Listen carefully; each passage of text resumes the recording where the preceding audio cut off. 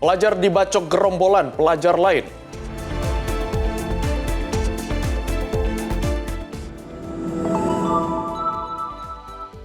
Amerika Serikat melancarkan serangan baru ke Iran.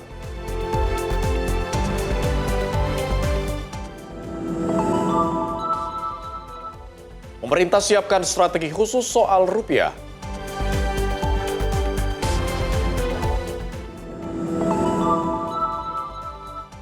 Hari ulang tahun ke-499 transportasi umum DKI Jakarta gratis.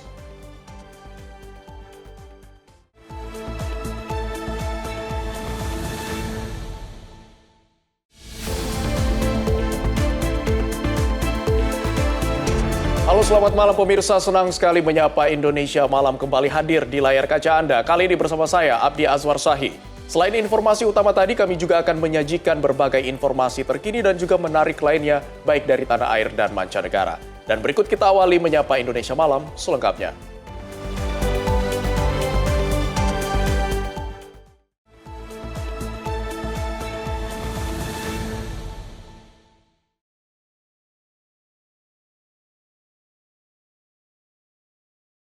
Pemirsa, kita awali informasi dari aksi sejumlah pemuda berkeliling tengah malam menggunakan kostum pocong di Solo, Jawa Tengah, viral di media sosial.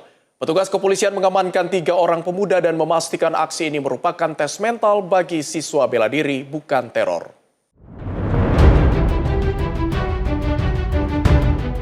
Inilah rekaman video CCTV milik warga Kampung Ngoresan, Kecamatan Jebres, Solo, yang merekam aksi pocong Minggu 7 Juni 2026 dini hari. 3 orang pelaku memakai kostum mirip pocong berboncengan menggunakan sepeda motor di kawasan SD Ngoresan. Aksi pocong bersepeda motor ini kemudian viral di sosial media dan mengundang reaksi petugas kepolisian dan menangkap ketiganya.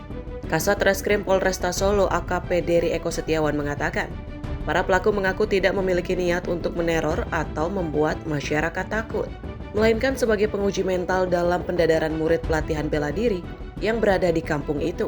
Sebagai tindak lanjut, polisi memberikan pembinaan kepada ketiga pelaku, yakni DRA, SM, SE. Ketiganya diminta menandatangani surat pernyataan agar tidak mengulangi perbuatan serupa di kemudian hari. Tidak ada sama sekali maksud untuk membuat teror ataupun masyarakat menjadi resah karenanya. Kemudian dia juga tidak ada maksud untuk membuat konten terkait teror pocong tersebut. Motifnya dia hanya sebagai penguji mental dalam pelaksanaan pendadaran bela diri. Kami yang berada di video yang viral di medsos tersebut, kami meminta maaf sebesar-besarnya kepada masyarakat Surakarta telah membuat gaduh di media sosial. Dan kami berjanji tidak akan mengulanginya lagi. Terima kasih. Polisi juga mengimbau masyarakat agar tidak melakukan aksi yang dapat menimbulkan keresahan di lingkungan sekitar, meskipun hanya bertujuan untuk bercanda atau hiburan semata. Dari Solo, Jawa Tengah, jurnalis Info TV melaporkan.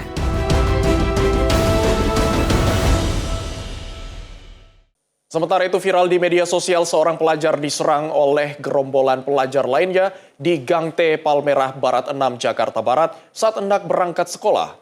Akibat kejadian tersebut, korban mengalami luka bacok di bagian punggung dan terpaksa tidak dapat mengikuti ujian sekolah.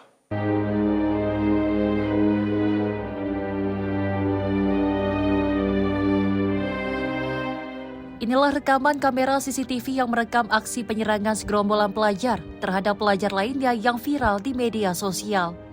Korban F, pelajar kelas 11 sekolah menengah kejuruan, diserang saat hendak berangkat ke sekolah. Melintasi Gang T, korban berpas-pasan dengan gerombolan pelajar lainnya. Tanpa sebab yang jelas, tiba-tiba salah satu sepeda motor yang berboncengan 3 orang menyerang korban dengan ikat pinggang. Tidak sampai di situ saja, merasa kurang puas, salah seorang lainnya mengeluarkan senjata tajam jenis celurit dan menyambetnya ke punggung korban. Akibat kejadian itu, korban mengalami luka sobek di punggung dengan 7 jahitan. Korban pun tidak masuk sekolah untuk mengikuti ujian. Ini pagi-pagi kan dia mau berangkat sekolah nanti ya, ada ulangan. Dia udah ngomong sama anak kami kan jalan nanti ya, kira-kira jam 11 ya Mak ya. Jam 11 dia berangkat tuh. Emang kebetulan kan lagi ulangan kan, mereka tuh di mana-mana juga gitu, SMK 13 Akhirnya berangkat mau jemput temennya di Manggisan. Nah mau jemput temennya tuh pas dia di gang itu, gang T namanya ya. Nah itu dia nggak pas dia nunduk, dia kan di motor. Pas dia nunduk, di depannya itu udah banyak tuh dari sekolah lain. Baru dari situ. Nggak tahu gimana, gue tahu dari motor tuh digituin katanya, pakai gesper pertama. Nah kedua pakai gituan, pakai sajam. Celurit ya? Iya jenisnya, udah gitu ya. Apa namanya? Mungkin nggak kena atau gimana, udah lewat kan tuh. Pas udah lewat, nah yang anak itu turun lagi nguber gitu. Saat ini pihak kepolisian masih mendalami kasus penyerangan tersebut dan masih memeriksa anak berhadapan hukum. Tim redaksi Simpo TV melaporkan. Korban pencabulan siswa sekolah dasar di Kecamatan Sukadiri, Kabupaten Tangerang, Banten bertambah pada Selasa 2 Juni 2026 sore. Jumlah korban yang awalnya 9 siswa, kini menjadi 12 siswa. Satreskrim Polresta Tangerang menetapkan guru pramuka menjadi tersangka.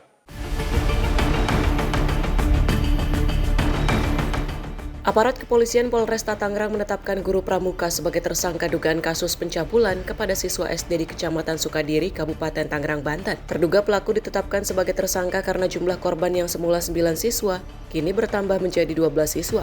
Kasat Reskrim Polresta Tangerang Kompol Septa Badoyo Selasa sore 9 Juni 2026 mengatakan, petugas telah melakukan gelar perkara, memeriksa sejumlah saksi dan identifikasi alat bukti sebelum menetapkan pelaku sebagai tersangka. Terkait dugaan pencabulan yang dilakukan salah satu oknum guru di salah satu sekolah dasar, tepatnya di Kecamatan Maup, yang mana kemarin sudah berhasil kita amankan oknum tersebut.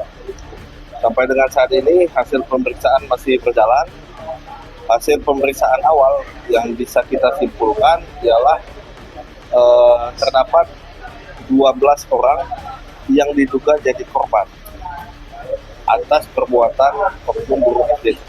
Namun sampai sejauh ini kita juga masih tetap melakukan pemeriksaan.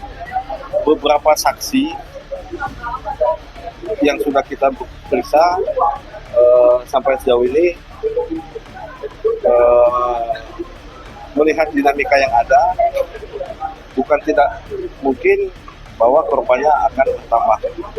Dari 12 orang itu bisa meningkat lebih. Untuk modus dan rata-rata usia si korban sendiri berapa? Untuk modus, karena di situ sekolah dasar, jadi memang di sekolah tersebut ada salah satu kegiatan, yaitu siswa diberikan jeda waktu untuk beristirahat siang. Nah, di kesempatan itulah oknum guru tersebut melakukan aksinya. Untuk modusnya sendiri, kalau kita lihat dari hasil pemeriksaan, memang ada sedikit ancaman, kemudian ada juga sedikit bujuk rayu, jadi semuanya terkalibrasi di situ. Dan juga tentunya ada kesempatan karena pelaku sendiri merupakan guru di sekolah dasar, oknum guru di sekolah dasar tersebut, dan juga mempunyai jabatan sebagai wali kelas. Untuk saat ini bahwa pelaku sudah kita tetapkan sebagai tersangka dan sudah kita lakukan penahanan sambil menunggu hasil pemeriksaan lanjutan. Sebelumnya dugaan kasus pencabulan ini terkuak pada Selasa 2 Juni 2026. Sejumlah warga mengepung rumah yang dijadikan lokasi pertemuan terduga pelaku pencabulan berinisial DR dan pihak korban di Sukadiri, Kabupaten Tangerang, Banten. Akibat aksi warga ini, petugas mengamankan terduga pelaku guna kepentingan pemeriksaan. Atas perbuatannya, pelaku bakal dijerat Undang-Undang Perlindungan Anak dengan ancaman pidana paling lama 15 tahun penjara. Dari Tangerang, Banten, jurnalis Simpo TV melaporkan.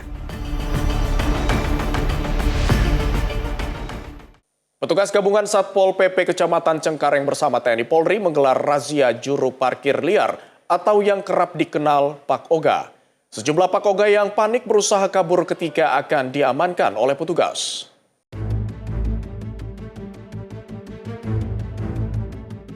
Satu persatu jukir liar atau yang kerap dikenal Pak Oga ini langsung diciduk petugas gabungan Satpol PP bersama TNI Polri dalam razia yang digelar di kawasan Taman Palem, Kapuk, Cengkareng, Jakarta Barat. Razia ini digelar karena keberadaan juru parkir liar atau paogah di wilayah mereka yang meresahkan dan mengganggu kenyamanan lalu lintas. Razia berlanjut ke sejumlah wilayah di kawasan Duri Kosambi dan Rawabuaya. Petugas kembali berhasil mengamankan sejumlah paogah. Meski sempat menolak saat akan diamankan, namun para paogah ini tak bisa berbuat banyak saat digelandang petugas. Pada hari ini kami gabungan daripada 3 pilar dari polisi, dari TNI, dari unit pemerintah daerah, P3S, Dinas Sosial, Dinas Perhubungan melakukan operasi paogah di wilayah Cengkareng khususnya yang sudah banyak aduan, banyak meresahkan masyarakat. Bahkan ada info yang malak sampai 50.000 sampai 100.000 rupiah satu kendaraan. Kepada masyarakat, saya ucapkan terima kasih sudah memberikan saran masukan, sudah melaporkan. Kami berusaha untuk melakukan semaksimal mungkin, melibatkan institusi terkait. Saat ini kami menjaring ada 5 paogah di wilayah Cengkareng, Jakarta Barat, khususnya titik yang sangat sering diadukan, dikeluhkan. Saya beri peringatan kepada paogah. Anda sudah merasakan masyarakat, sudah ada ketidaksenangan masyarakat dengan keberadaan Anda.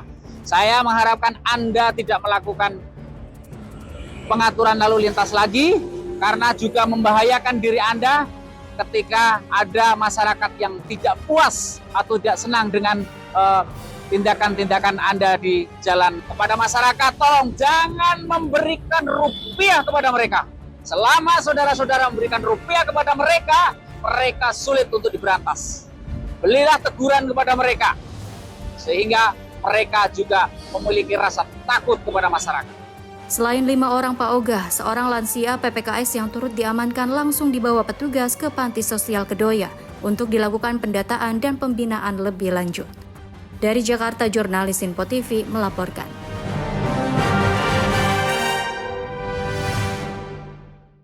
Pemirsa, seorang pedagang warung kelontong Madura di Kota Bekasi, Jawa Barat tewas usai motor yang dikendarainya membawa jerigen bensin terlibat kecelakaan dengan mobil bak bermuatan gas LPG.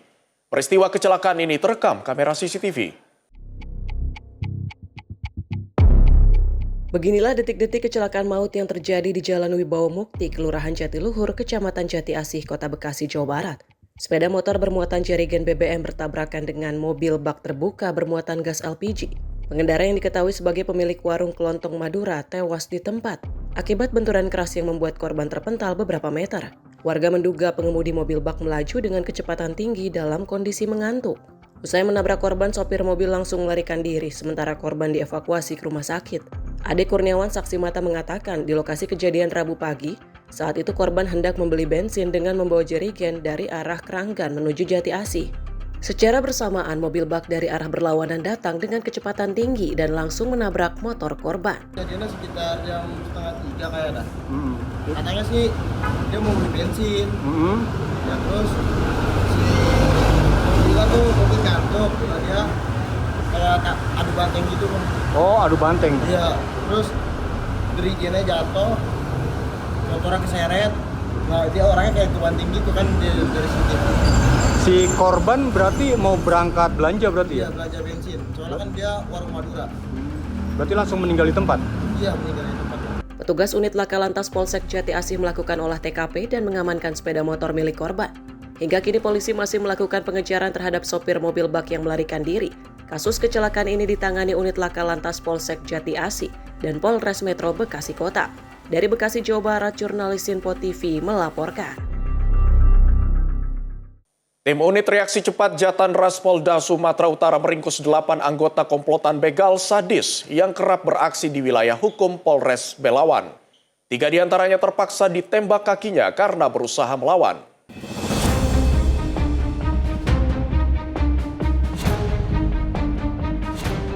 Delapan tersangka yang umumnya masih berusia remaja ditangkap tim URC Jatanras Polda Sumut di kediamannya masing-masing di Kecamatan Medan Marelan dan Medan Palawan, Sumatera Utara pada Senin 8 Juni 2026 dini hari.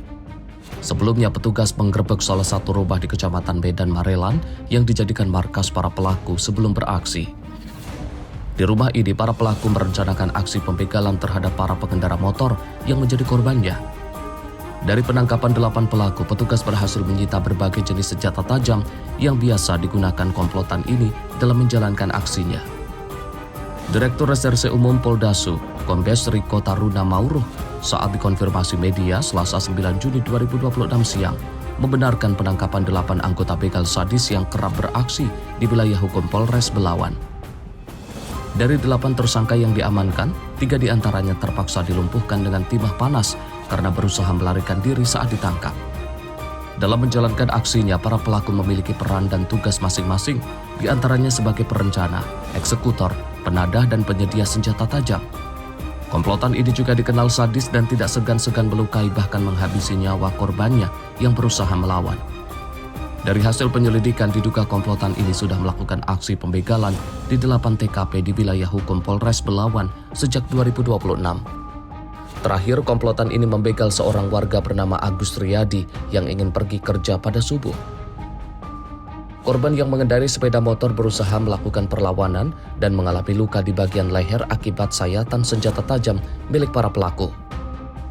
Dari Medan, Sumatera Utara, jurnalis Info TV melaporkan. Akibat tercebur ke dalam sumur sedalam 16 meter, seorang wanita lansia meninggal dunia di Kabupaten Tenggamus, Lampung. Proses evakuasi jasad korban berlangsung dramatis.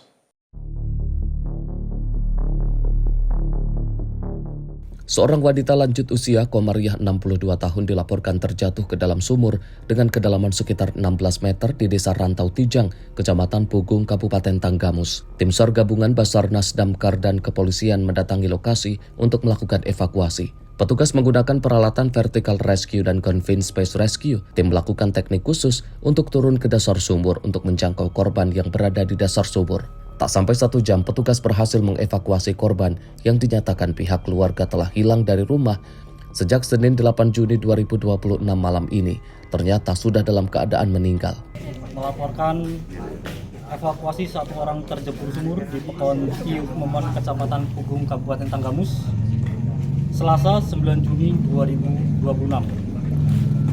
Pada pukul 22:10, terima info dari Damkar bahwa ada 1 orang terjebur sumur atas nama Ibu Komariah, usia 62 tahun.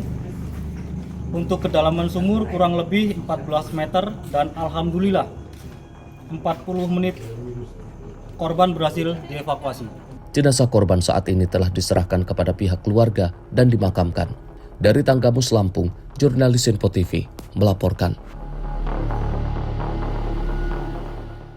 Pemirsa, penembakan massal menewaskan 12 orang di Johannesburg. Informasi selengkapnya akan kami hadirkan usai jeda berikut ini. Tetaplah bersama kami.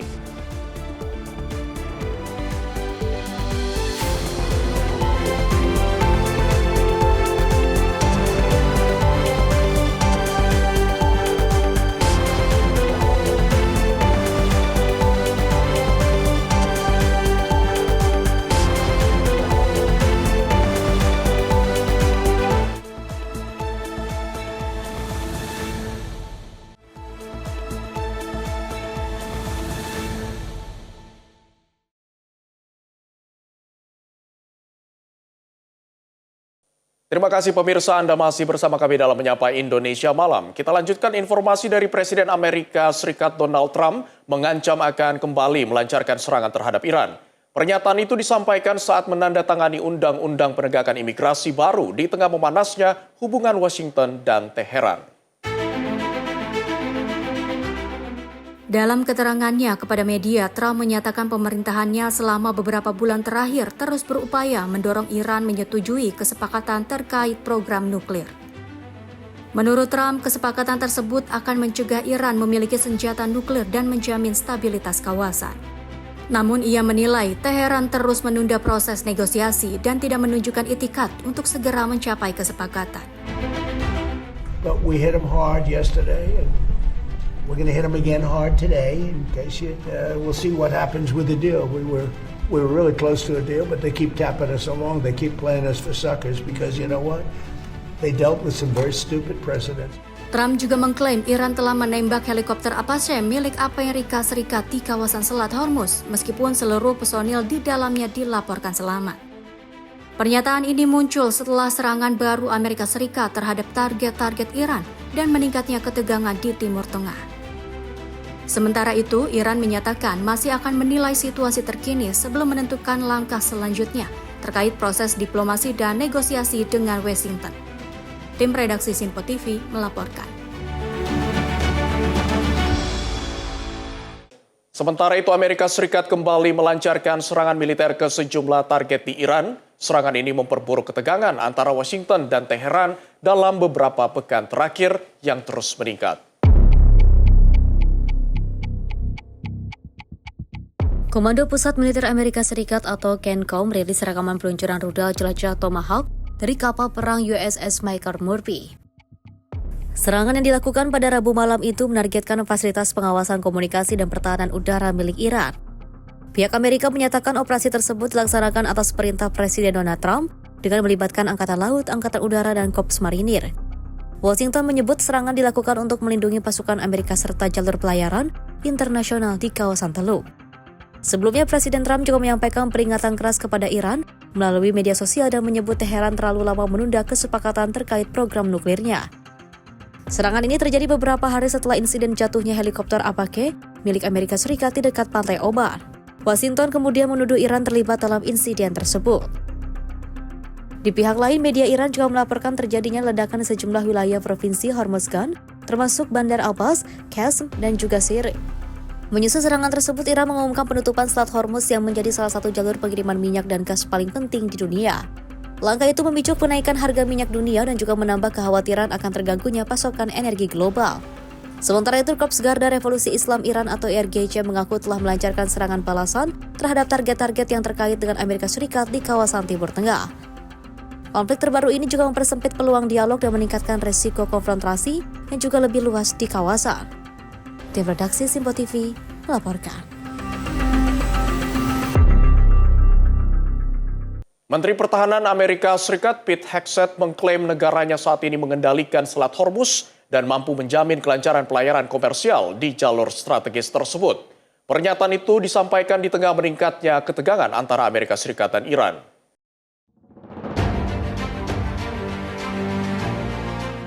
Dalam keterangannya, Hegseth menyatakan pasukan Amerika Serikat terus melindungi pelayanan komersial yang melintas Selat Hormuz. Ia mengatakan lebih dari 100 juta barel minyak telah berhasil diangkut melalui jalur tersebut dengan pengamanan dari Amerika Serikat.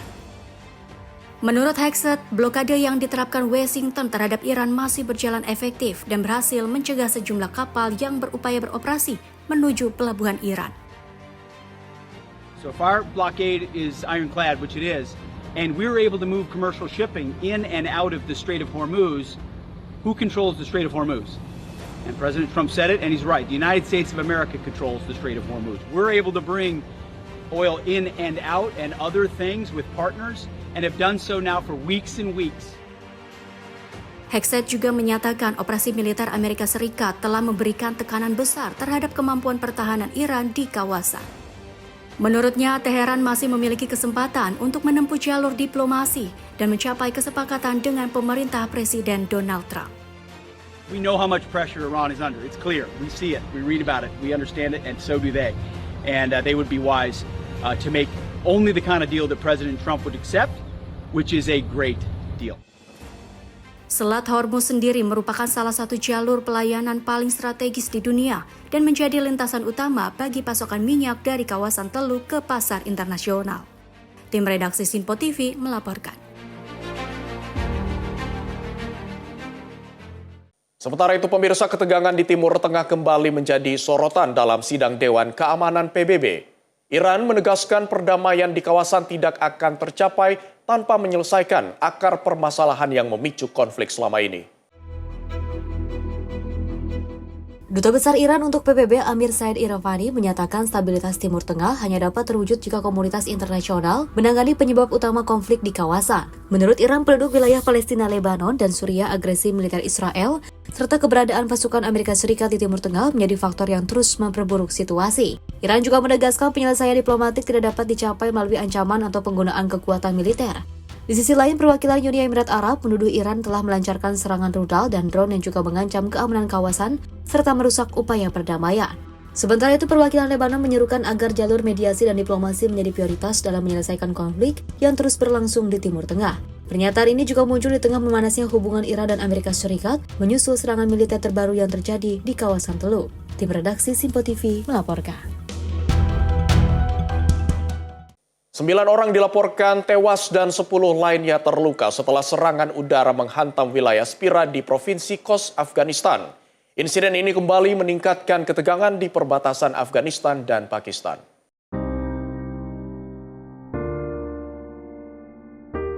Rekaman video menunjukkan warga menggelar sholat jenazah dan prosesi pemakaman bagi para korban.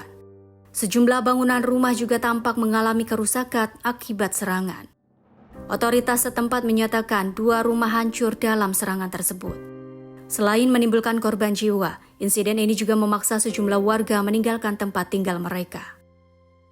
Brigada kuma sakhna چې پیښه شوه 12:30 بجې د صحنې ته موږ راورسېدو د صحنې ته موږ ورغلو په 12:30 بجې دا بمبار وشو د پاکستان له لوري کونډې یتیمان ماشومان دلته هم زیات پراته وو او پلار یو ځای پروت و مېرمن یې بل ځای پراته وه وړه ماشومان یې بل ځای پراته وو. Sementara itu, pemerintah Pakistan menyatakan operasi militer dilakukan secara terukur dan menargetkan kelompok militan di wilayah perbatasan. Pakistan mengklaim puluhan militan tewas dalam operasi tersebut. Namun pihak Afghanistan selama ini menolak tuduhan bahwa negaranya menjadi tempat perlindungan kelompok bersenjata. Ketegangan antara kedua negara terus berlangsung dalam beberapa waktu terakhir, meski sebelumnya sempat dilakukan berbagai upaya gencatan senjata dan perundingan damai. Tim redaksi Simpo TV melaporkan. Pemirsa, sebuah museum bersejarah di kota Sevastopol mengalami kerusakan setelah terkena serangan yang menurut otoritas setempat dilancarkan oleh Ukraina. Pemerintah kota memastikan bangunan tersebut akan dibangun kembali dan dikembalikan ke kondisi seperti semula.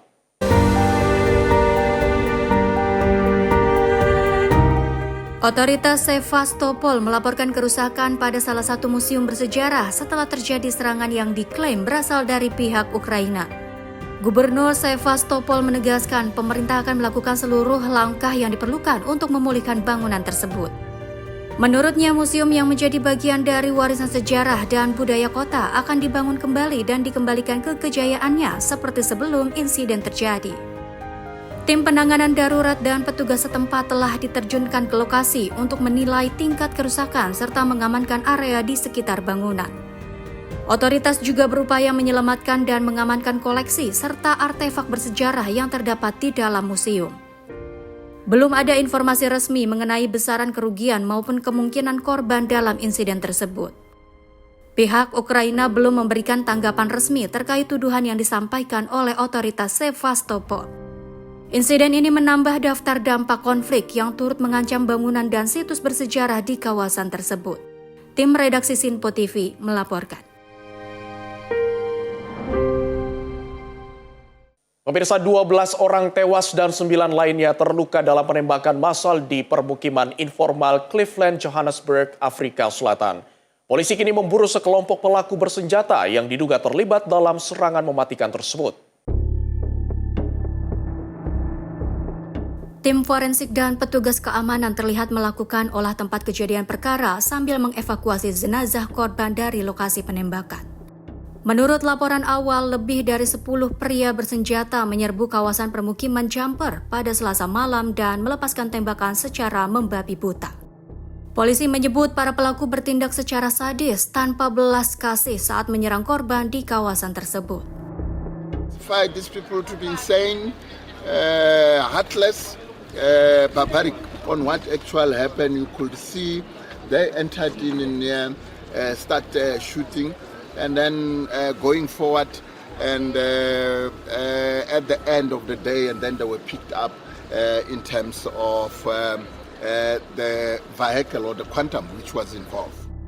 Selain menelan korban jiwa, insiden ini juga menyebabkan 9 orang mengalami luka-luka dan dilarikan ke rumah sakit untuk mendapatkan perawatan. Polisi menemukan sejumlah selongsong peluru di lokasi kejadian dan menduga kawasan tersebut memiliki keterkaitan dengan aktivitas penambangan ilegal. Pejabat setempat menyatakan insiden kekerasan bersenjata bukan pertama kali terjadi di komunitas Jumper. Mereka menduga penembakan ini berkaitan dengan persaingan antara kelompok penambang ilegal atau yang dikenal sebagai zama-zama. This is not the first incident that we've had in Jumpers. We've had this about the third or fourth incident that has now rocked this community. I understand that this particular incident has killed a lot of bystanders, and it appears that it could be Zama-Zama related between different factional fighting, and then unfortunately this has now impacted a lot of people who are just living here and trying to eke out a living in Johannesburg. Hingga kini polisi masih melakukan pengejaran terhadap para pelaku dan belum ada penangkapan yang dilaporkan. Motif penyerangan masih dalam penyelidikan dan pihak berwenang terus mengumpulkan bukti untuk mengungkap dalang di balik penembakan massal tersebut. Tim redaksi Sinpo TV melaporkan. Pemirsa, kuil gantung berusia lebih dari 1.500 tahun di Provinsi Sangchi, Cina, kini tampil memukau pada malam hari berkat sistem pencahayaan baru berintensitas rendah.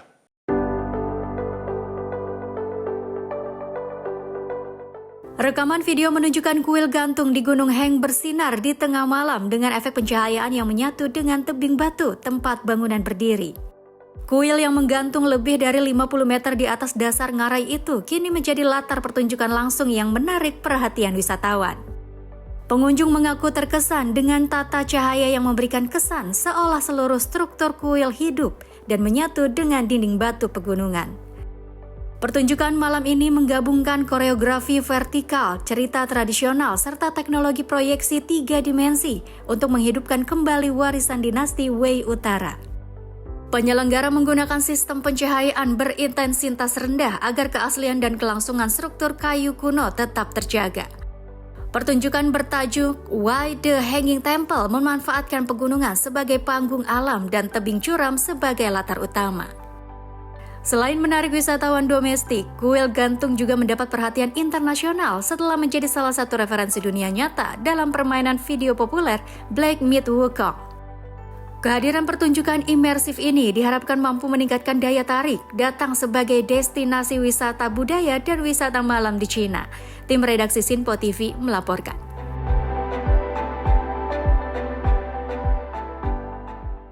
Pemirsa, setelah menyelesaikan rangkaian puncak ibadah haji, sebagian jamaah memanfaatkan waktu luang dengan melakukan city tour ke kota Taif. Kota yang terletak di kawasan pegunungan ini dikenal dengan udaranya yang lebih sejuk dibandingkan Mekah, serta memiliki wahana kereta gantung yang menjadi salah satu daya tarik wisatawan.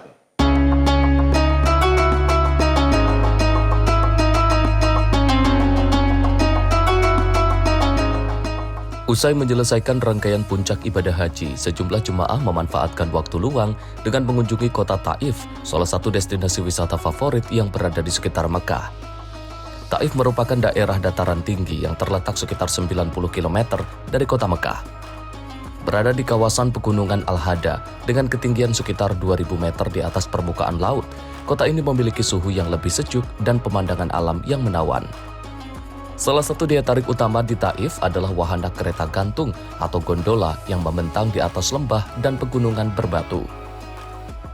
Dari dalam gondola, pengunjung dapat menikmati pemandangan pegunungan, jalan berliku, serta hamparan lembah yang menjadi ciri khas kawasan Al-Hada. Untuk menikmati wahana ini, pengunjung dikenakan biaya sekitar 55 rial. Perjalanan dari atas menuju bawah memakan waktu sekitar 15 menit dan 15 menit untuk kembali ke atas, sehingga total durasi satu putaran mencapai 30 menit. Selain menawarkan keindahan alam, Taif juga memiliki nilai sejarah dalam perjalanan dakwah Rasulullah SAW. Kota ini dikenal sebagai salah satu tempat yang pernah didatangi Rasulullah untuk menyampaikan risalah Islami. Di Taif, Rasulullah SAW mengalami penolakan dan perlakuan yang menyakitkan dari sebagian penduduk setempat. Meski demikian, beliau tetap memilih bersabar dan mendoakan kebaikan bagi mereka. Dalam sebuah riwayat, ketika ditawari hukuman oleh malaikat bagi penduduk Taif, Rasulullah justru memohon agar mereka diberikan petunjuk oleh Allah. Kisah ini menjadi teladan tentang ketabahan, kasih sayang, dan sifat pemaaf yang patut diteladani. Bagi jemaah, kunjungan ke Taif bukan hanya menjadi sarana penyegaran setelah menjalani rangkaian ibadah haji yang padat, namun juga menjadi momen untuk menikmati keindahan alam sekaligus mengenang jejak sejarah dakwah Islam. Yang pada begitu indah, pemandangannya begitu menyenangkan. Ini adalah rezeki untuk bisa sampai ke sini. Kalau dikatakan mahal sih mahal ukuran kita, tapi dengan kita menunggu 13 tahun untuk ke sini rasanya puas. Berarti setelah Al-Husna. Iya, kita Sinitir dulu. Ya, sebelum bergeser ke Madinah. Enggak, ada juga seru. Ya, seru sekali. Senang banget. Itu tadi saya bilang kalau di Indonesia ada Taman Mini kan cuma sedikit tuh, kalau di Taman Mini sini panjang, pemandangannya bagus banget. Tadinya terasa agak mahal ya, tapi setelah dijalani kayaknya pantas-pantas aja tuh dengan perjalanan yang begitu bagus, rasanya pas. Kesan-kesannya sangat memuaskan sih, amazing gitu. Ya, kalau harganya sesuai lah sebagai Keindahan alam pegunungan, udara yang sejuk, serta nilai sejarah yang dimilikinya menjadikan Taif salah satu destinasi yang menarik untuk dikunjungi saat berada di Tanah Suci. Dari Taif, Arab Saudi, Ferdi Setiawan, Sinpo TV, Media Center Haji 2026. Arus kedatangan jamaah haji gelombang 2 di Madinah, Arab Saudi masih terus berlangsung. Jamaah lansia dan disabilitas terus menjadi prioritas dalam pelayanan haji 2026.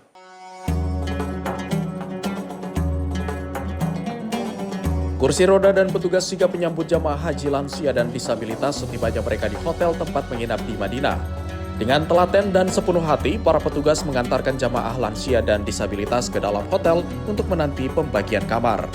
Sambil menanti, petugas kesehatan dengan sigap memeriksa kondisi tubuh dan kesehatan jamaah lansia dan disabilitas. Setelah memastikan kondisi mereka, jemaah lantas diantarkan ke kamar untuk beristirahat. Layanan ini menjadi standar baku bagi petugas dalam mengurus jemaah lansia dan disabilitas, khususnya saat ketibaan jemaah gelombang 2 di Madinah. Terutama untuk lansia, disabilitas, dan perempuan tentunya ada prioritas khusus. Sebagaimana tagline haji kita 2026 adalah ramah lansia, ramah perempuan, dan ramah disabilitas.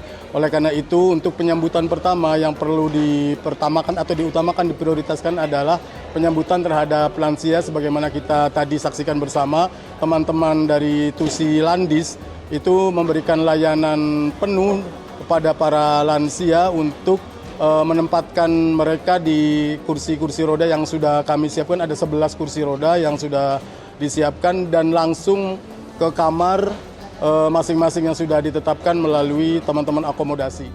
Tak hanya itu, bagi jemaah gelombang 2, petugas haji juga memastikan mereka bisa menikmati menu makanan di kamar hotel. Hal ini sebagai hasil evaluasi dan perbaikan layanan di gelombang pertama, di mana kebanyakan hotel melarang jamaah makan di dalam kamar yang akhirnya membuat repot jamaah, khususnya lansia dan disabilitas. Pertama, barangkali kita perlu penyesuaian karena harus kerjasama dengan para majmuah, dan majmuah juga mungkin belum terbiasa bagaimana ritme kerja teman-teman akomodasi, yang kemudian juga ada bagian konsumsi di dalamnya. Nah, misalnya ada beberapa hotel yang agak sulit untuk bisa memberikan akses makan masuk kepada jamaah. Nah, di gelombang kedua ini kita sudah antisipasi sejak awal. Kalaupun ada, kita sudah kumpulkan atau kita sudah hubungi hotel-hotel yang memang majmuahnya itu agak sulit untuk memberikan akses masuk, padahal di kontrak itu sudah ada. Nah, ini kita sudah antisipasi, jadi lebih mudah lagi. Dengan cara apa? Kita meminta atau mendaftarkan atau juga menjadwalkan hotel-hotel yang memang memiliki dapur, matbah, maka hotel tersebut yang nanti atau dapur tersebut yang akan masuk ke hotelnya. Perbaikan dan kualitas layanan menjadi fokus petugas haji di penghujung masa penugasan melayani jamaah gelombang 2 di Madinah. Karena selama 20 hari ke depan petugas akan terus membersamai jamaah hingga nanti pulang ke tanah air. Dari Madinah, Arab Saudi, Ferdi Setiawan, Sinpo TV, Media Center Haji 2026. Pemirsa, usai jeda kami akan menghadirkan informasi dari Prabowo mengajak anak bangsa bangun kemandirian industri nasional. Jangan kemana-mana, tetaplah bersama kami dalam Menyapa Indonesia Malam.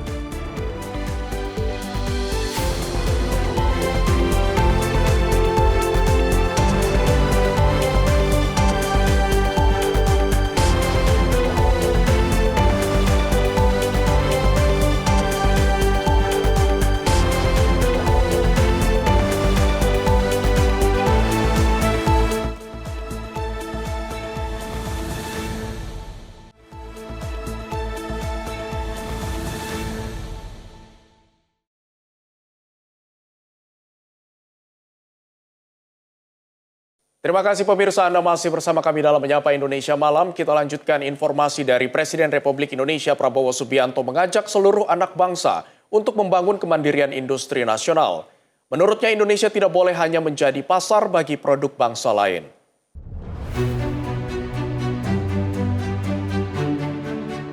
Presiden RI Prabowo Subianto membuka Musyawarah Nasional ke-18 Himpunan Pengusaha Muda Indonesia atau HIPMI di Kota Bandar Lampung, Lampung pada Rabu 10 Juni 2026. Di hadapan para pengusaha muda peserta Munas, Presiden mengajak para pengusaha muda untuk membangun industri nasional yang kuat dan mampu menjadi tuan rumah di negeri sendiri. Menurutnya, Indonesia tidak boleh hanya jadi pasar bagi produk bangsa lain. Salah satu wujudnya ialah mendorong lahirnya produk nasional yang mampu bersaing. Dalam pidatonya, Prabowo menyinggung kendaraan buatan anak bangsa yang kini mulai digunakan oleh TNI dan Presiden RI. Setelah 81 tahun merdeka, kita harus punya mobil buatan Indonesia sendiri. Kita sudah mulai merintis, sekarang TNI sudah pakai Jeep buatan putra-putri Indonesia sendiri. Presidenmu, saya sekarang pakai mobil buatan rakyat Indonesia sendiri. Lebih lanjut disampaikan bahwa potensi pasar yang besar harus mampu dinikmati dan menjadi kekuatan bagi putra-putri Indonesia sendiri. Tim redaksi Sinpo TV melaporkan. Pemirsa, pimpinan DPR Dasko meyakini pemerintah telah menyiapkan strategi khusus soal nilai tukar rupiah terhadap dolar Amerika Serikat ke depan. Strategi khusus akan kembali menguatkan nilai tukar rupiah terhadap dolar Amerika Serikat serta indeks harga saham gabungan. Nilai tukar rupiah terhadap dolar Amerika Serikat dan indeks harga saham gabungan saat ini menunjukkan tren penguatannya di angka 17.900. Sedangkan indeks harga saham gabungan berhasil bertahan di dalam zona hijau. Hal tersebut disebabkan kuatnya kepercayaan pasar kepada pemerintah, sehingga mempengaruhi nilai tukar rupiah dan IHSG. Wakil Ketua DPR Dasko mengatakan pemerintah juga menyiapkan strategi khusus agar nilai tukar terus menguat. Dasko juga mengimbau kepada masyarakat untuk segera melepas dolar, dikarenakan rupiah akan menguat pekan depan. Ya, saya pikir kan kepercayaan terhadap pemerintah juga semakin kuat, sehingga itu juga berpengaruh terhadap pasar dan juga terhadap penguatan nilai tukar rupiah. Nah, saya pikir kerja-kerja pemerintah akan terus dilakukan. Saya juga mendapatkan informasi dari pihak pemerintah bahwa dalam minggu ini dan ke depan ada strategi-strategi khusus yang akan dilakukan oleh pemerintah yang kalau saya sudah dengar akan dan saya yakini akan membuat nilai tukar atau rupiah menguat.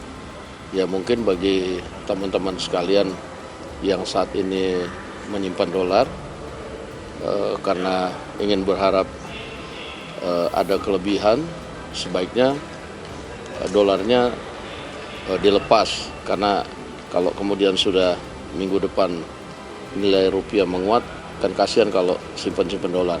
Itu himbauan saya sih, demikian. Dari Jakarta, Fahrizal Davariskiano, Sinpo TV melaporkan.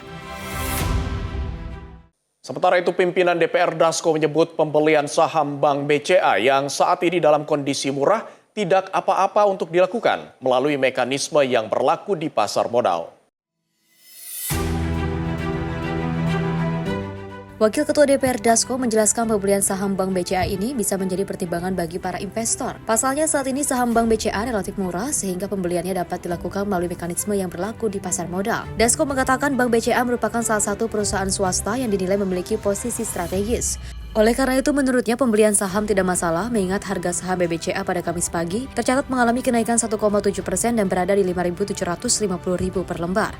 Saya pikir kalau Bank BCA sepanjang dilakukan dengan mekanisme pasar, ya apalagi saat ini kan sahamnya sedang lumayan agak murah, ya dibeli aja karena dengan termasuk swasta nasional yang strategis, sepanjang itu melalui mekanisme pasar pembeliannya itu nggak ada masalah menurut saya, silakan aja dibeli. Demikian, terima kasih. Dari Jakarta, Farizal Dabarskiano, Simpo TV melaporkan. Pemirsa, anggota Komisi 6 DPR RI, Herman Heron, menanggapi perihal kenaikan bahan bakar minyak atau BBM non-subsidi yang salah satunya jenis Pertamax. Kenaikan harga tersebut dilakukan untuk menjaga daya beli.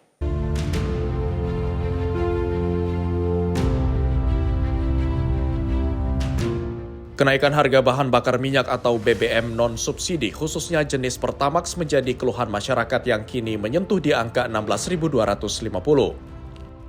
Menanggapi hal ini, anggota Komisi 6 DPR Herman Heron mengatakan bahwa pemerintah telah menekan harga BBM non-subsidi tersebut.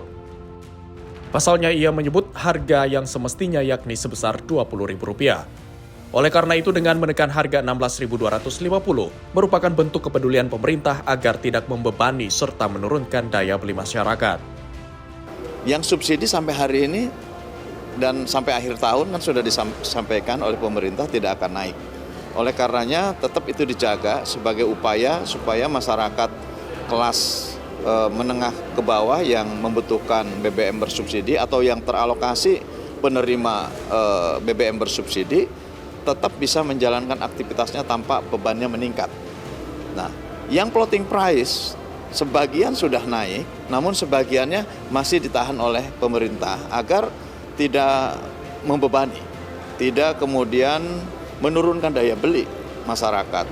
Atau bisa juga ini akan menjadi trigger untuk meningkatkan harga-harga lainnya. Oleh karenanya masih ditahan di 12.000 sekian. Nah, kemudian naik ke 16.000, ini masih ada upaya pemerintah untuk tetap juga menahan pada harga tertentu yang diharapkan ini dapat membantu masyarakat. Karena seyogyanya kalau dengan kenaikan harga hari ini, harga yang berlaku itu semestinya 20.000, tapi masih ditahan di harga 16.000. Jadi saya kira ya kita memberikan apresiasi lah ke pemerintah yang juga memperhatikan terhadap sektor-sektor yang ini sangat vital, sangat penting bagi masyarakat. Dari Jakarta, Fahrizal Ahmad Amin, Sinpo TV melaporkan. Pemirsa, Wakil Menteri Luar Negeri Arif Hafaz Ogroseno menanggapi perihal kapal Indonesia yang kini tertahan usai Iran kembali menutup Selat Hormuz. Salah satu faktor tertahannya kapal-kapal tersebut dikarenakan terkait asuransi.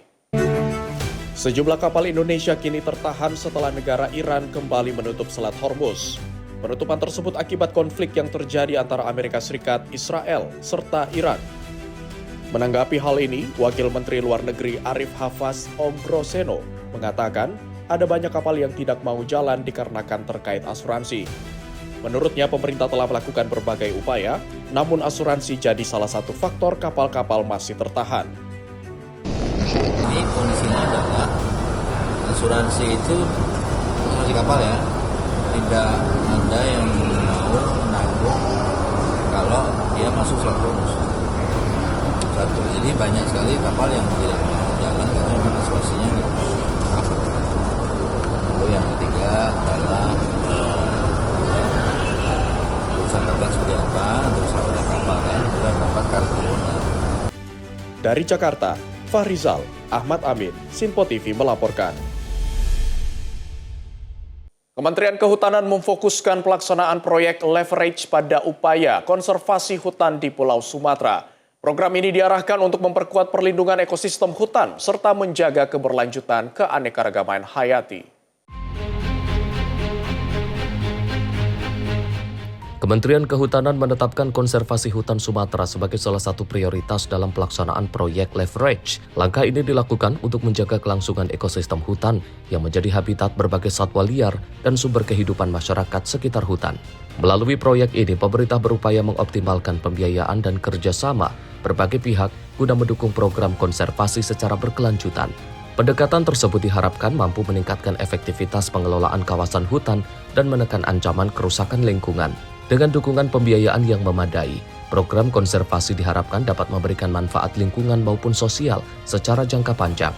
Prinsipnya sebetulnya dukungan leverage tadi, ya sebagaimana kita sampaikan dan tegaskan oleh dari arahan Pak Wakil Menteri ya, Pak Rahmat Marzuki, bahwa ini adalah memperkuat sistem penegakan hukum yang memang dalam upaya penindakan maupun sampai dari sebetulnya dari awal itu pengaduan sampai penindakan, bahkan konteks besarnya penanggulangan untuk pencegahan itu tidak bisa dilakukan oleh satu institusi, dalam hal ini ada Kementerian Kehutanan maupun Direktorat Jenderal Gakum.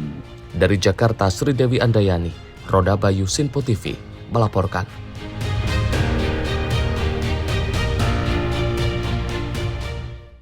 Pemirsa, warga pesisir di Pulau Ontolo, Nusa Tenggara Timur menjadikan budidaya rumput laut sebagai salah satu sumber mata pencaharian utama.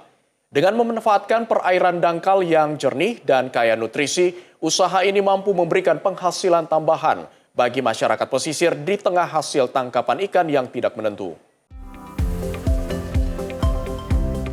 Hamparan tali-tali budidaya terlihat membentang di perairan dangkal Pulau Ontole, Nusa Tenggara Timur. Di lokasi ini, para petani secara telaten mengikat bibit rumput laut ke tali sebelum menurunkannya ke dalam laut untuk dibudidayakan. Rumput laut tidak memerlukan tanah, pupuk, maupun air tawar untuk tumbuh. Cukup dengan sinar matahari, air laut, dan juga perawatan rutin, tanaman ini dapat berkembang dengan baik.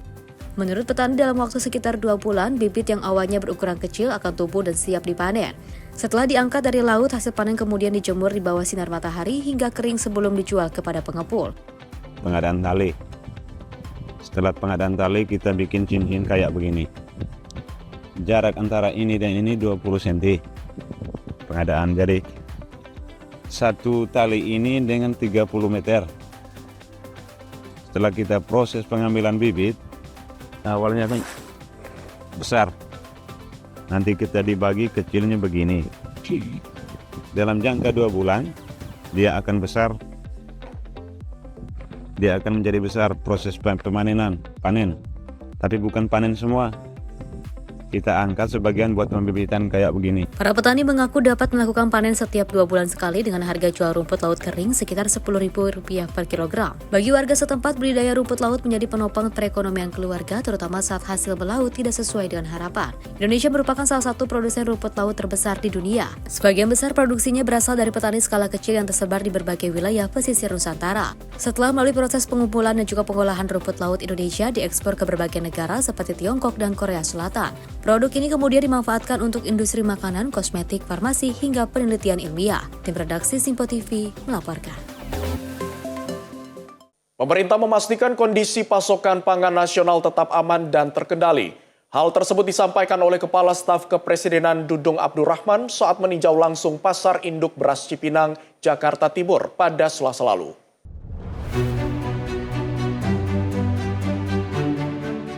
Kepala Staf Kepresidenan Jenderal TNI Purnawirawan Dudung Abdurrahman meninjau langsung Pasar Induk Beras Cipinang, Jakarta Timur guna memastikan ketersediaan pasokan beras dan stabilitas harga pangan nasional.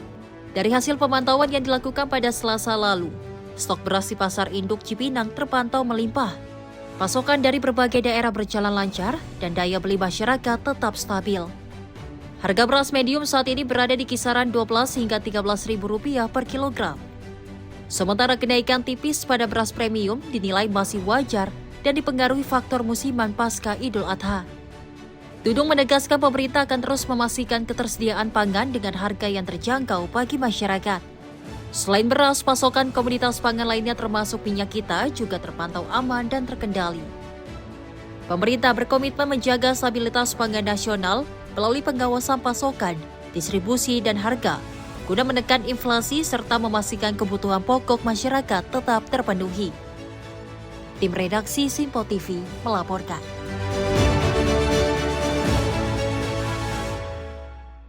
Pemirsa, Indonesia dan Rumania membahas potensi penguatan kolaborasi terutama dalam bidang pendidikan tinggi, sains, dan teknologi.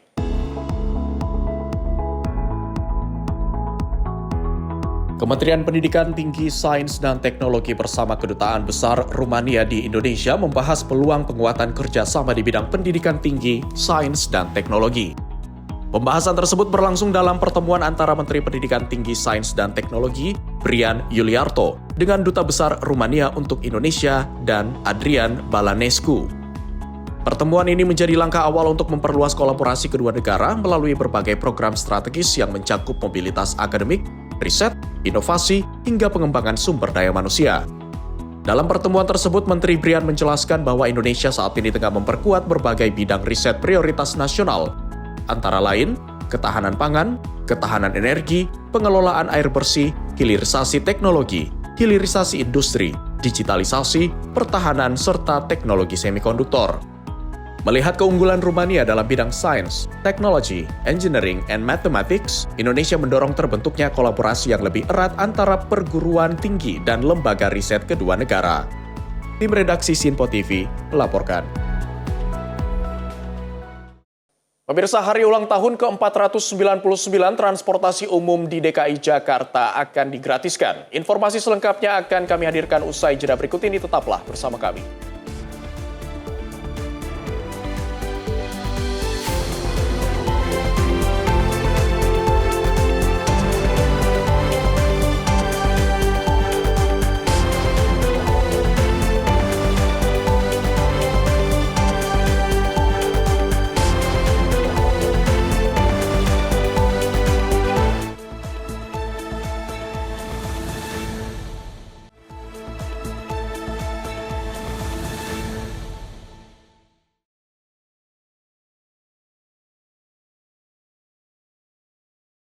Terima kasih pemirsa, Anda masih bersama kami dalam Menyapa Indonesia Malam. Kita lanjutkan informasi dari menyambut hari ulang tahun ke-499 Kota Jakarta. Pemerintah Provinsi DKI Jakarta memberikan kado spesial bagi warganya. Gubernur Jakarta Pramono Anung memastikan layanan transportasi umum hingga tiket masuk sejumlah tempat wisata populer akan digratiskan. Untuk menyambut HUT Jakarta pada tanggal 22 Juni, 27-28 Juni, kita akan membebaskan transportasi umum, kemudian kita akan menggratiskan orang masuk Ancol, masuk Ragunan, dan juga museum-museum yang ada. Kabar gembira bagi warga ibu kota yang ingin merayakan hari ulang tahun Kota Jakarta. Pemprov Jakarta akan membebaskan biaya tarif transportasi umum mulai dari Transjakarta, MRT, dan LRT Jakarta, serta tiket masuk ke berbagai tempat wisata unggulan pada akhir pekan 27 hingga 28 Juni 2026. Gubernur Jakarta Pramono Anung menyatakan, kado ini diberikan agar masyarakat dapat merasakan manfaat langsung dari fasilitas publik milik daerah. Adapun destinasi wisata yang digratiskan antara lain Taman Impian Jaya Ancol, Taman Marga Satwa Ragunan, serta museum di bawah pengelolaan Pemprov DKI Jakarta. Kebijakan ini diharapkan tidak hanya menjadi sarana hiburan warga, namun juga menjadi stimulus untuk meningkatkan budaya menggunakan fasilitas publik. Jakarta ini kan sekarang untuk urusan secara menyeluruh karena hampir setiap hari kita rapatkan, kita dalami, maka orang yang kemudian kalau menggunakan fasilitas publik secara terus-menerus pasti akan mendapat manfaat yang banyak. Bahkan secara khusus nanti untuk menyambut HUT Jakarta pada tanggal 22 Juni, 27-28 Juni, kita akan membebaskan transportasi umum, kemudian kita akan menggratiskan orang masuk Ancol, masuk Ragunan, dan juga museum-museum yang ada. Nggak mungkin orang itu mendapatkan itu kalau kemudian dia tidak punya data tentang transportasi umumnya. Sejalan dengan hal itu, Pemprov DKI juga terus berupaya meningkatkan jumlah pengguna transportasi umum di tengah beragam pilihan moda transportasi umum, mulai dari MRT, LRT, Transjakarta, Trans Jabodetabek hingga Mikrotrans Jaklingko. Dari Jakarta Pusat, Riswanto Ahmad melaporkan. Direktorat Jenderal Bimbingan Masyarakat Islam Kementerian Agama meluncurkan rangkaian program yang bertajuk Peaceful Muharram 1448 Hijriah di kantor Kementerian Agama Jakarta.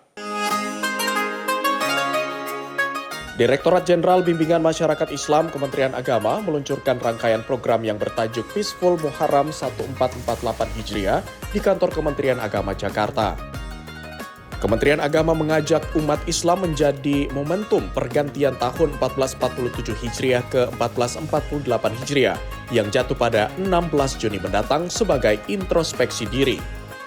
Peringatan Tahun Baru Islam nantinya akan diisi berbagai kegiatan yang melibatkan banyak kalangan masyarakat, seperti pemberdayaan kelompok ex-narapidana terorisme hingga nikah massal atau wedding expo. Oleh karena itu, Kementerian Agama mendorong generasi muda yang telah siap secara fisik, mental, serta ekonomi. Kami ingin mengajak yang cukup umur ya, tentu saja cukup umur yang memang sudah sangat serius ingin membina rumah tangga tetapi mungkin belum ketemu dengan jodohnya, barangkali di forum itu nanti ada kegiatan-kegiatan atau game-game yang menarik bagi mereka sehingga siapa tahu salah satu ikhtiar itu bisa mempertemukan dua orang yang berbeda lawan jenis itu, siapa tahu akan menjadi momentum mereka untuk berjodoh. Jadi insya Allah kalau penasaran ya memang kita buat penasaran dan besok datang di Islamic Wedding Expo ya di Mesko Jakarta ya.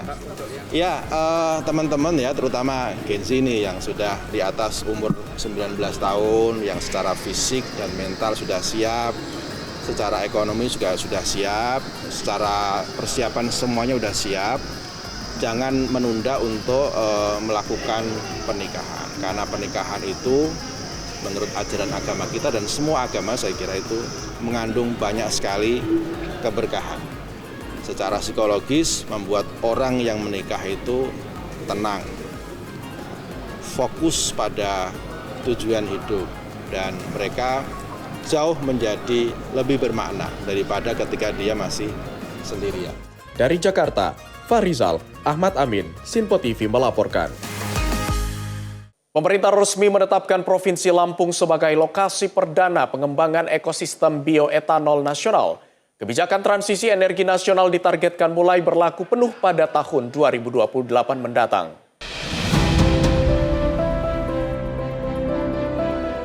Pemerintah pusat resmi menetapkan Provinsi Lampung sebagai lokasi perdana pengembangan ekosistem bioetanol nasional. Keputusan strategis ditandai lewat penandatanganan deklarasi bersama atau Joint Declaration antara Gubernur Lampung Rahmat Mirzani Jausal, Pertamina New and Renewable Energy, dan Toyota Group di VIP Lounge Bandara Raden Inten II, Selasa 9 Juni 2026. Disaksikan langsung oleh Wakil Menteri Investasi dan Hilirisasi, Todo Tua Pasaribu. Kesepakatan menjadi langkah nyata pengamanan mandatori bahan bakar campuran etanol 10%. Kebijakan transisi energi nasional ditargetkan mulai berlaku penuh pada tahun 2028. Apung adalah jaminan feedstock yang paling mungkin terhadap pengembangan daripada industri bioetanol. Itu nggak bisa dibantah.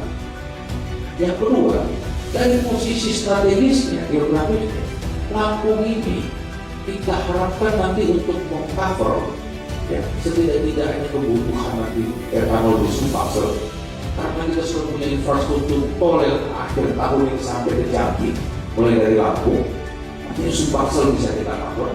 Nah, harapannya ini kita bisa kawal bersama-sama Pak Bu ya, nanti kita mulai aja Pak karena yang belum ada bicara etanol ini adalah penggunaan daripada industri lainnya. Plannya bangun, kita pikirkan bagaimana strategi insentif terhadap penanaman dalam kerangka mensupport bioetanol sebagai ketahanan energi. Wakil Menteri Todo Tua menegaskan proyek hilirisasi energi bukan sekadar wacana. Tahap konstruksi pabrik dijadwalkan mulai berjalan pada Agustus mendatang dan ditargetkan beroperasi secara komersial pada 2027.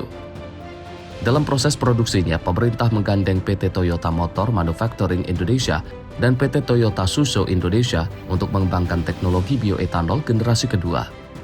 Teknologi canggih disiapkan agar pabrik mampu mengolah berbagai jenis bahan baku hingga limbah hasil panen. Sebagai penopang bahan baku utama, pemerintah juga telah menyiapkan lahan pengembangan sorghum seluas 4.894 hektar di Desa Rejosari, Kecamatan Natar, Kabupaten Lampung Selatan. Bagi pemerintah Provinsi Lampung, proyek raksasa energi menghadirkan solusi konkret atas tingginya produktivitas pertanian daerah.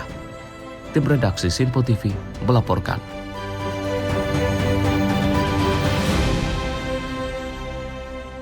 Pemirsa, Menteri UMKM Republik Indonesia Maman Abdurrahman bersama Menko Pemberdayaan Masyarakat Muhaimin Iskandar menghadiri Bursa Wira Usaha Unggulan di Jakarta pada 10 Juni 2026. Acara ini digelar sebagai bentuk pembinaan dan pemberdayaan wirausaha muda secara komprehensif.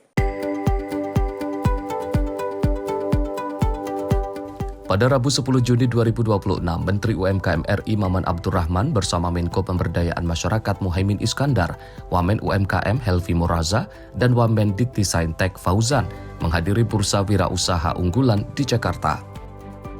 Bursa Wirausaha Unggulan menjadi wadah untuk mendorong peningkatan rasio kewirausahaan nasional, sekaligus menumbuh kembangkan wirausaha muda yang inovatif, kreatif, dan berdaya saing. Menko Muhaimin menyatakan bahwa pemerintah akan terus berkomitmen mendorong UMKM tumbuh dan naik kelas. Yang kedua, pemerintah akan terus berkomitmen untuk mendorong UMKM tumbuh dan naik kelas. Tumbuh munculnya para wirausahaan baru, naik kelas para UMKM, kayak misalnya es krim ini, dari kelapa naik kelas, bisa menyaingi yang gede-gede nanti. Yang paling penting adalah apa yang dilakukan oleh Pak Presiden dan pemerintah hari ini adalah bagaimana agar pertumbuhan ekonomi bisa diberikan kontribusi oleh UMKM sekaligus dinikmati UMKM kita. Itulah yang disebut ekonomi konstitusi. Sementara itu, Menteri Maman menyatakan bahwa acara ini pun digelar dalam rangka Hari Kewirausahaan dan UMKM Nasional 2026 sebagai upaya pembinaan dan pemberdayaan wirausaha muda secara komprehensif. Apa dari perencanaan awal dari hulu sampai ke hilirnya kita support dalam satu program di Bursa Wirausaha ini. Tujuannya tentunya untuk menaikkan rasio kewirausahaan kita dan menciptakan wirausaha muda, wirausaha baru. Menteri Maman mengajak seluruh pihak terkait untuk bersama menciptakan lebih banyak wirausaha unggulan untuk Indonesia yang semakin maju.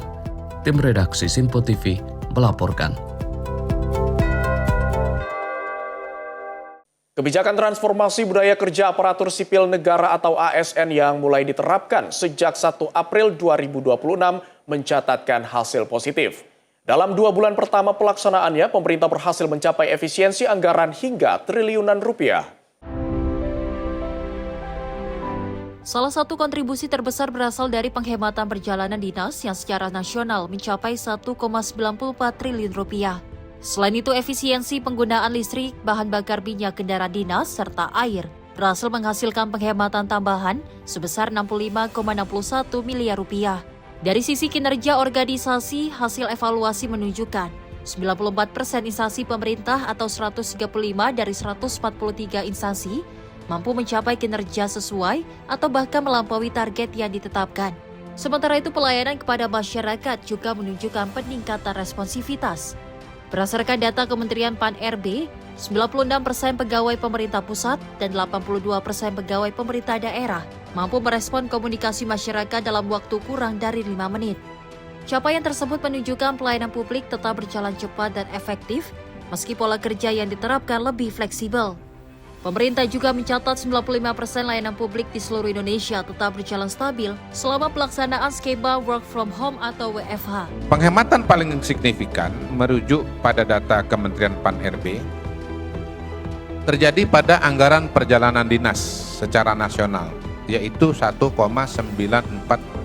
triliun. Langkah efisiensi berhasil diterapkan secara luas. 113 instansi membatasi fasilitas kantor, 109 membatasi kendaraan dinas, dan 106 membatasi perjalanan dinas. Transformasi budaya kerja ASN ini menjadi bagian dari upaya pemerintah dalam membangun birokrasi yang lebih produktif, efisien, dan adaptif terhadap perkembangan teknologi digital. Melalui pola kerja yang lebih fleksibel dan berorientasi pada hasil, pemerintah berupaya memperkuat tata kelola pemerintahan yang modern, efektif, dan mampu memberikan pelayanan terbaik kepada masyarakat.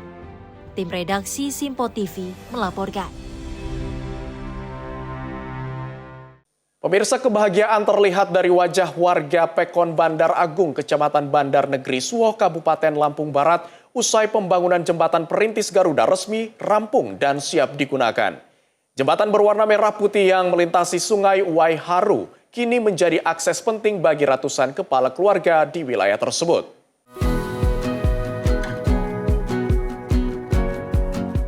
Pembangunan jembatan perintis Garuda di Pekon Bandar Agung, Kecamatan Bandar Negeri Suwoh, Kabupaten Lampung Barat telah rampung 100% dan siap dimanfaatkan oleh masyarakat. Jembatan gantung sepanjang 60 meter dengan lebar 1,2 meter tersebut menjadi penghubung utama antara Dusun Bandar Agung dan Dusun Bandar Rejo yang selama ini membutuhkan akses penyeberangan yang lebih aman. Kehadiran jembatan yang dicat dengan warna merah putih ini disambut antusias oleh masyarakat, terutama anak-anak yang tampak ceria dan senang saat mencoba melintasi jembatan baru tersebut. Kepala Desa Pekon Bandar Agung Sunarto menyampaikan apresiasi dan terima kasih kepada Presiden Prabowo Subianto, TNI Angkatan Darat, serta seluruh pihak yang telah mendukung pembangunan jembatan yang sangat dibutuhkan warga. Pembangunan jembatan perintis Garuda merupakan bagian dari program pemerintah untuk memperkuat konektivitas wilayah pedesaan dan daerah terpencil sekaligus mendorong pemerataan pembangunan. Dengan rampungnya jembatan tersebut, sekitar 500 kepala keluarga atau hampir 2.000 jiwa kini dapat menikmati akses transportasi yang lebih cepat, aman, dan nyaman. Mengucapkan terima kasih banyak pada Bapak Presiden atas terbangunnya jembatan gantung perintis Garuda ini melalui TNI Kabupaten Lampung Barat. Jihan Nabila, Simpo TV melaporkan. 8 anggota TPNPB OPM Kodap 15 ngisi Kanum memilih kembali ke Pangkuan Negara Kesatuan Republik Indonesia atau NKRI. Ikrar kesetiaan tersebut disaksikan oleh TNI, pemerintah daerah, tokoh adat, tokoh agama, serta ratusan warga. Suasana khidmat mewarnai kegiatan ikrar kesetiaan 8 anggota TPNPB OPM Kodap 15 ngisi Kanum yang memilih kembali ke pangkuan NKRI di lapangan distrik Kiwirok. Kegiatan tersebut dihadiri Wakil Panglima Komando Operasi TNI Habema, Brigjen TNI Rianto, unsur pemerintah distrik, kepala kampung, tokoh masyarakat, tokoh adat, tokoh agama, serta warga dari berbagai kampung di wilayah Kiwirok. Dalam kesempatan tersebut, 8 anggota TPNPB OPM menyerahkan bendera bintang kejora, menandatangani naskah ikrar, menyatakan kesetiaan kepada NKRI, serta menyerahkan senjata yang dimiliki. Sementara itu, pemerintah distrik Kiwirok menyambut positif langkah tersebut dan berharap situasi keamanan yang kondusif dapat mendukung pembangunan serta aktivitas masyarakat di wilayah Pegunungan Bintang. Adapun usai proses ikrar, kegiatan dilanjutkan dengan bakti sosial, pelayanan kesehatan, dan ramah tamah bersama masyarakat sebagai wujud penguatan hubungan antara aparat dan juga warga. Mengucapkan kepada semua kesatuan yang kita lakukan kerjasama, dan ini pertama sekali kami Kiwirok sudah mendekati dengan rekan-rekan kami, akhirnya dengan kami pemerintah maupun dengan TNI Polri kita kerjasama, kita jalankan sama-sama, akhirnya 8 anak sudah bisa kembali ke negara Republik Indonesia. Ini kami sangat bersyukur, dan yang lain juga kami akan terus mendekati dengan masyarakat, dengan pemuda yang lain, supaya yang lain juga seperti ini, supaya kegiatan ke depan untuk Kiwirok kita bisa pulihkan kembali dan kita bisa bangun kembali. Amin.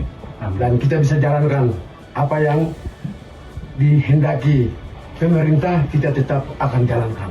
Kita sudah berjuang ini bukan secara kepaksaan, tapi ini secara sukarela dari masyarakat kami. Dan kami tidak mau melakukan yang begini-begini terus. Kami mau hidup damai dan mau beraktivitas kembali seperti Kiwirok dulu. Jadi tidak ada yang menyalahkan kepada TNI Polri yang ada, terutama untuk 8 ini keikhlasan masyarakat sendiri datang supaya ke depan yang lain juga bisa mengikuti dengan 8 ini. Jihan Nabila, Simpo TV melaporkan.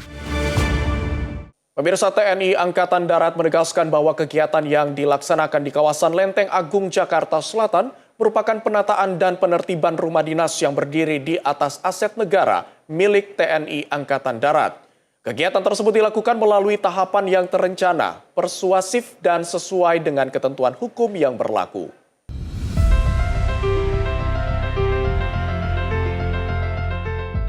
Objek yang ditertibkan merupakan bagian dari aset Denzi Jihandak SDS Pusat Zeni Angkatan Darat atau Pusziat seluas 44.841 meter persegi yang telah memiliki sertifikat hak pakai nomor 00184 tahun 2016 atas nama Pemerintah Republik Indonesia CQ TNI Angkatan Darat. Penataan kawasan tersebut dilakukan untuk mendukung pengembangan organisasi satuan dari Kompi Zeni Jihandak menjadi detasemen Zeni Jihandak.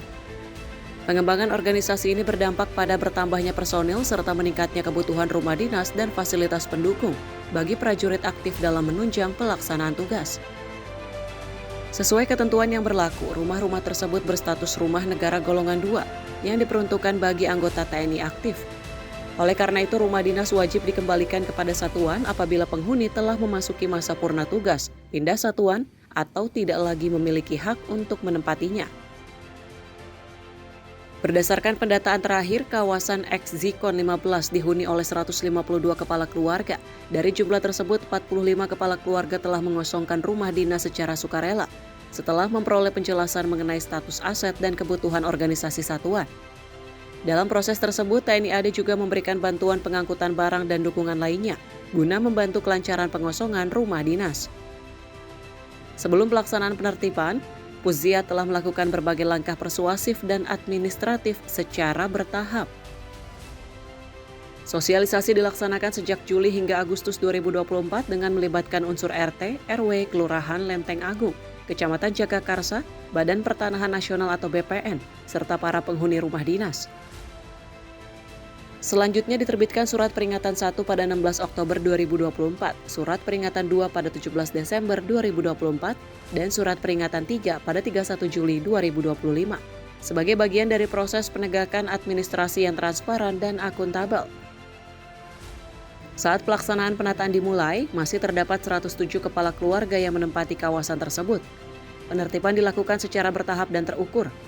Pada tahap awal berhasil ditertibkan 58 kepala keluarga, sementara sisanya masih dalam proses lanjutan yang dilaksanakan sesuai prosedur dan ketentuan yang berlaku. Seluruh kegiatan dilaksanakan dengan koordinasi dan pendampingan aparat terkait guna memastikan proses berjalan aman, tertib, dan kondusif. Penertiban juga diprioritaskan terhadap bangunan yang telah kosong dan tidak lagi digunakan sesuai peruntukannya. Kepala Dinas Penerangan TNI Angkatan Darat Brigjen TNI Doni Pramono menegaskan bahwa kegiatan tersebut merupakan bagian dari upaya penataan dan pengamanan aset negara untuk mendukung kepentingan organisasi serta kesejahteraan prajurit aktif.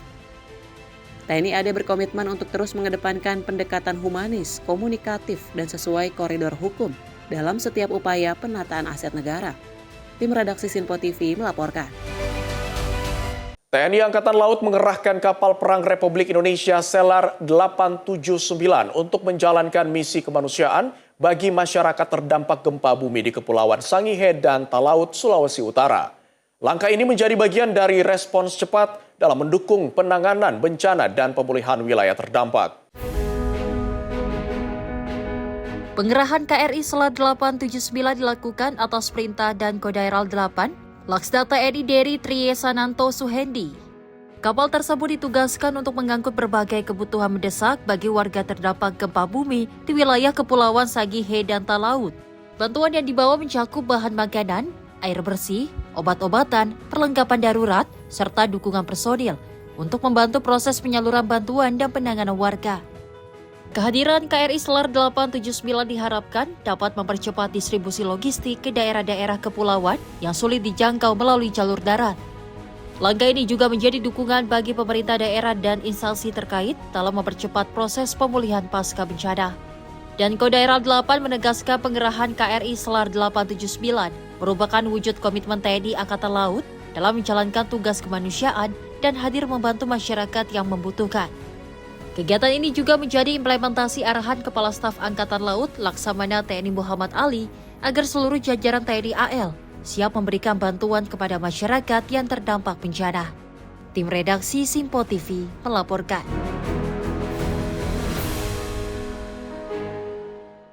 Pemirsa, informasi tadi menutup perjumpaan kita hari ini. Saya Azhar Putra mewakili seluruh rekan kerja yang bertugas mengucapkan terima kasih, selamat malam, dan sampai jumpa.